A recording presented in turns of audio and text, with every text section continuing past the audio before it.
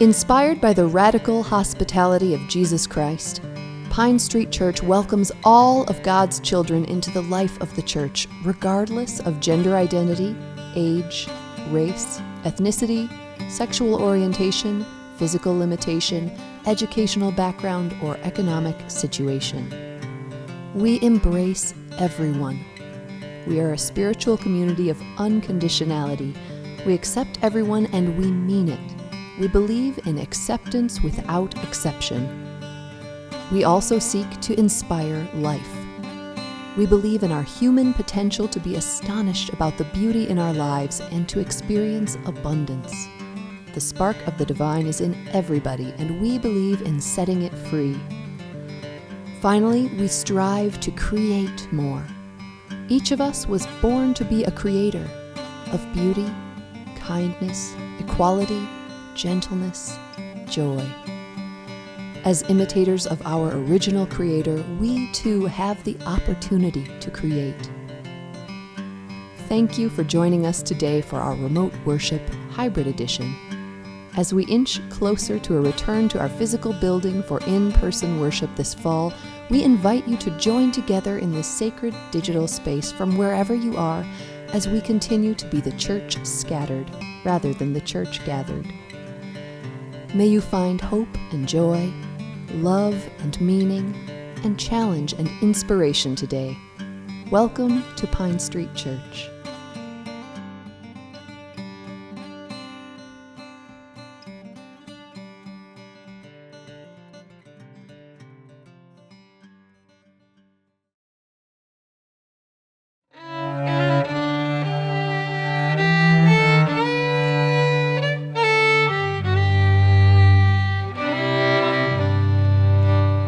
Precious Lord, take my hand, lead me on, let me stand.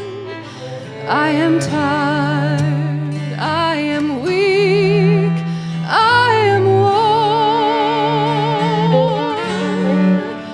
Through the storm, through the night, lead me on to the light. Take my hand, precious Lord, lead me home. When my way grows drear, precious Lord, linger near. When my life is almost gone, hear my cry, hear my call, hold my hand lest I fall. Take my hand, precious Lord, lead me home. When the darkness appears and the night draws near, and the day is past and gone, at the river I stand, guide my feet, hold my hand, take my hand, precious Lord, lead me home. Take my hand, precious Lord, lead me home.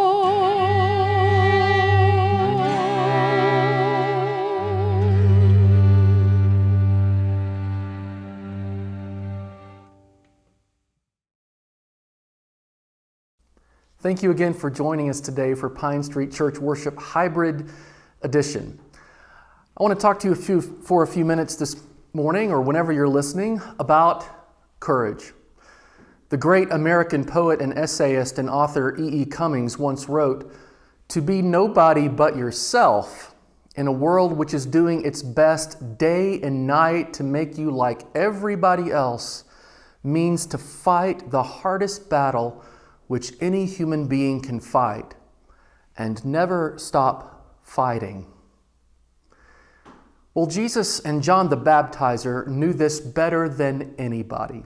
Just check out today's gospel reading from Mark. They faced this challenge publicly, and surely they faced this personally.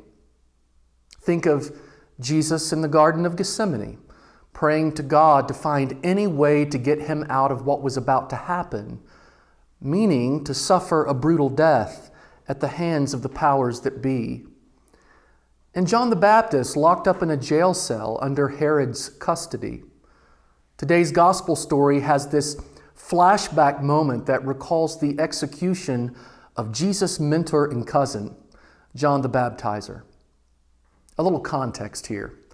The context is that Jesus has been turning Herod's own head around because Jesus' fame and notoriety were on the rise. And today's account from St. Mark happens to be right after Jesus sends out his disciples to expand the movement. And believe it or not, Jesus didn't have benefit of Facebook followers or Instagram followers. He couldn't tweet out messages to spread the word. No YouTube channel. It was all literally word of mouth, as is often the best way even these days to spread word about something you care about, word of mouth. And so Jesus sends out these early adopters of his message and ministry, 2 by 2, Mark says, to all the villages on their very first speaking and healing tour. Jesus is becoming a really big deal.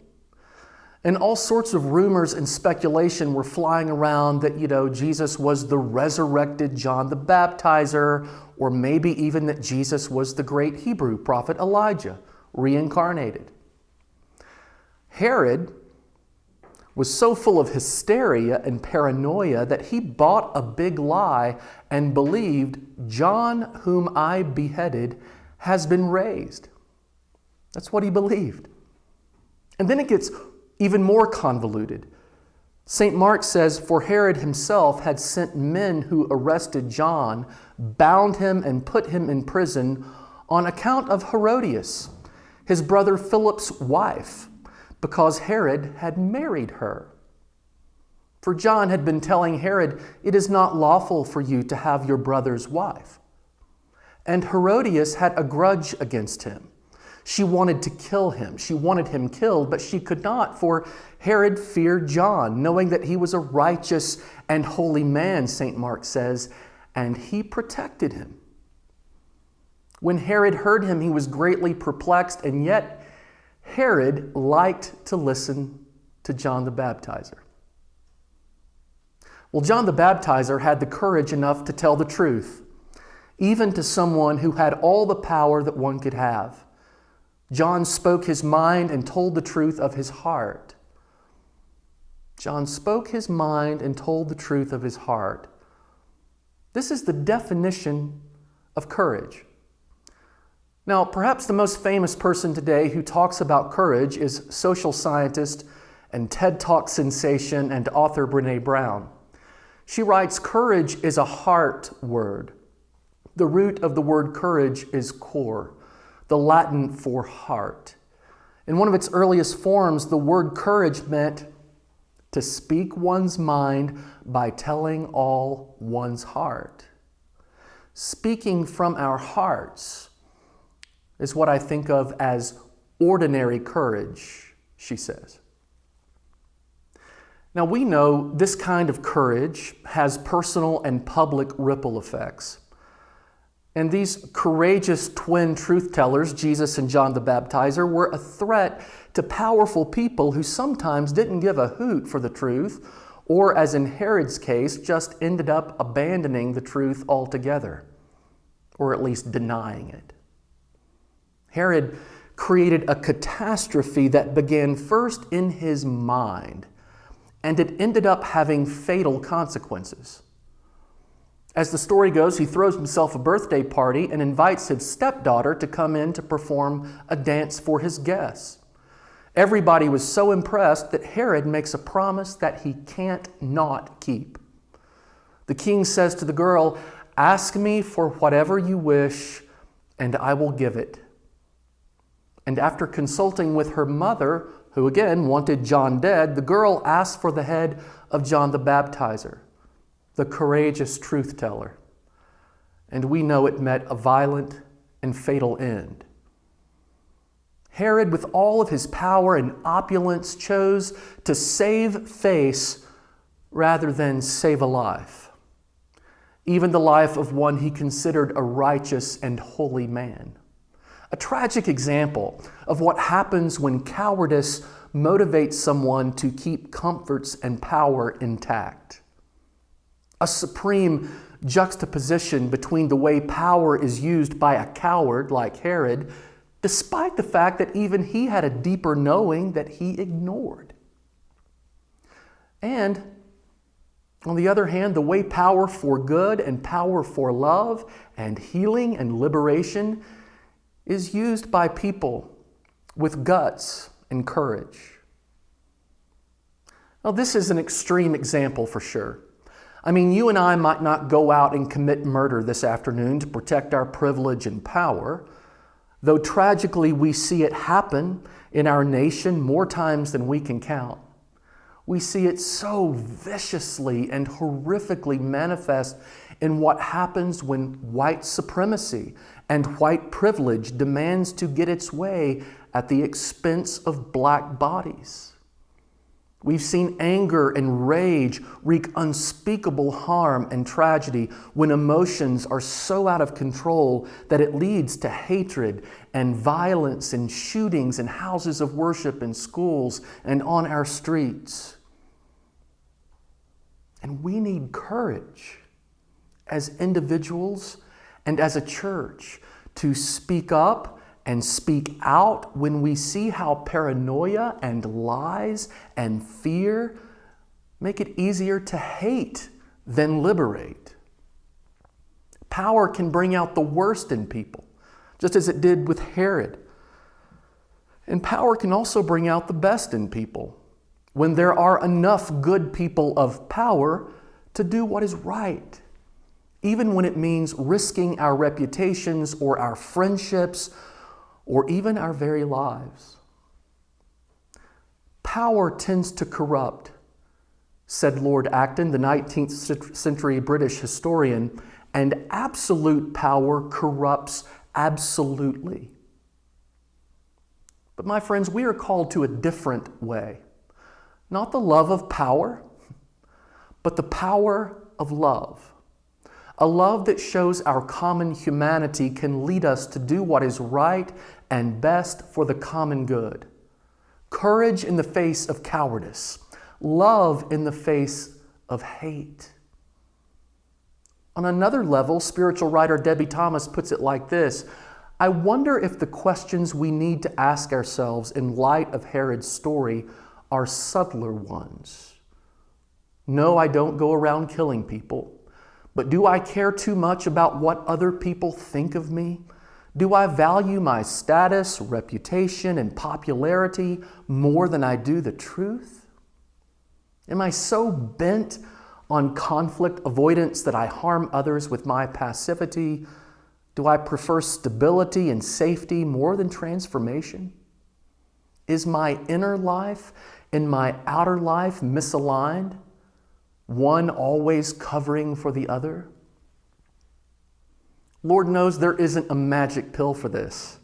To have the courage like John and Jesus to speak our minds by telling the truth from our hearts, that beautiful definition of courage, it takes time.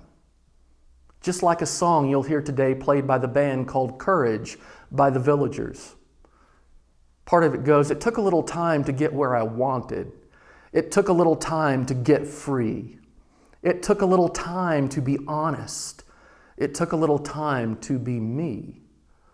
But courage is a feeling like no other, to be in harmony with something other than our egos or need for power and control. Do you really want to know about these lines on my face? Well, each and every one is testament to all the mistakes I've had to make to find courage. It's a feeling like no other. Let me tell you about courage. Dearly beloved, today we need courage, arguably more than ever before, to tell the truth from our hearts no matter the cost.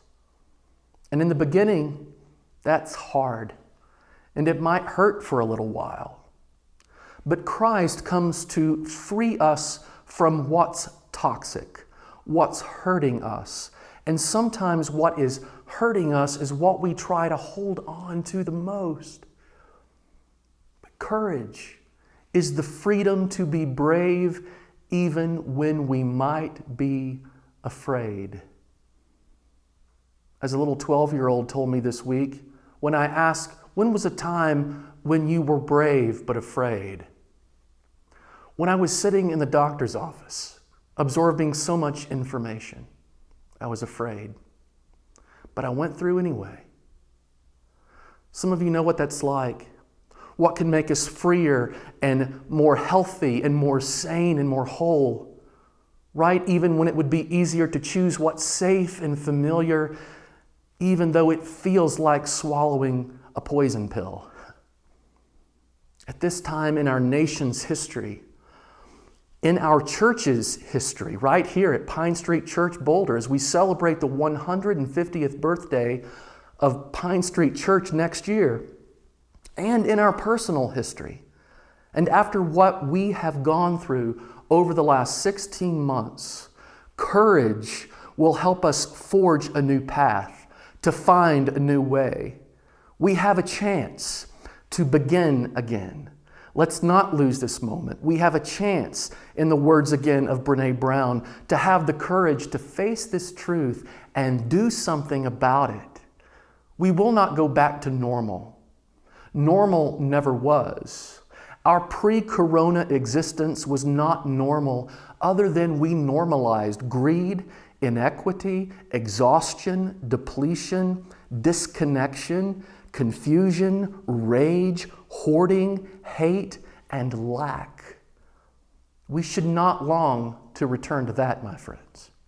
We are being given the opportunity to stitch a new garment, one that fits all of humanity and nature. And so what do you say today? I say let's do it. Let's muscle up on our courage and welcome a new way and a new day together. And do it not for the love of power, but the power of love. Love, love, love, love, love, love. Amen.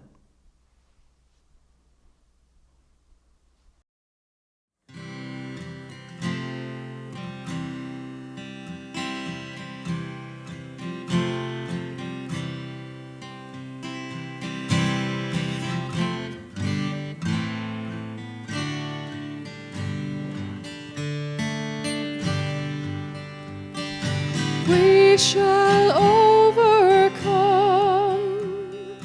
We shall overcome. We shall overcome someday. Oh, deep in my heart, I do believe we shall overcome someday.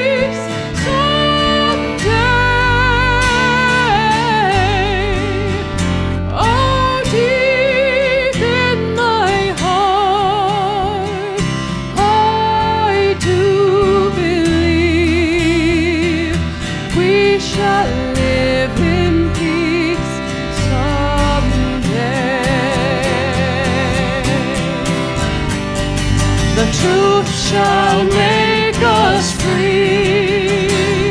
The truth shall make us free. The truth shall make us free. So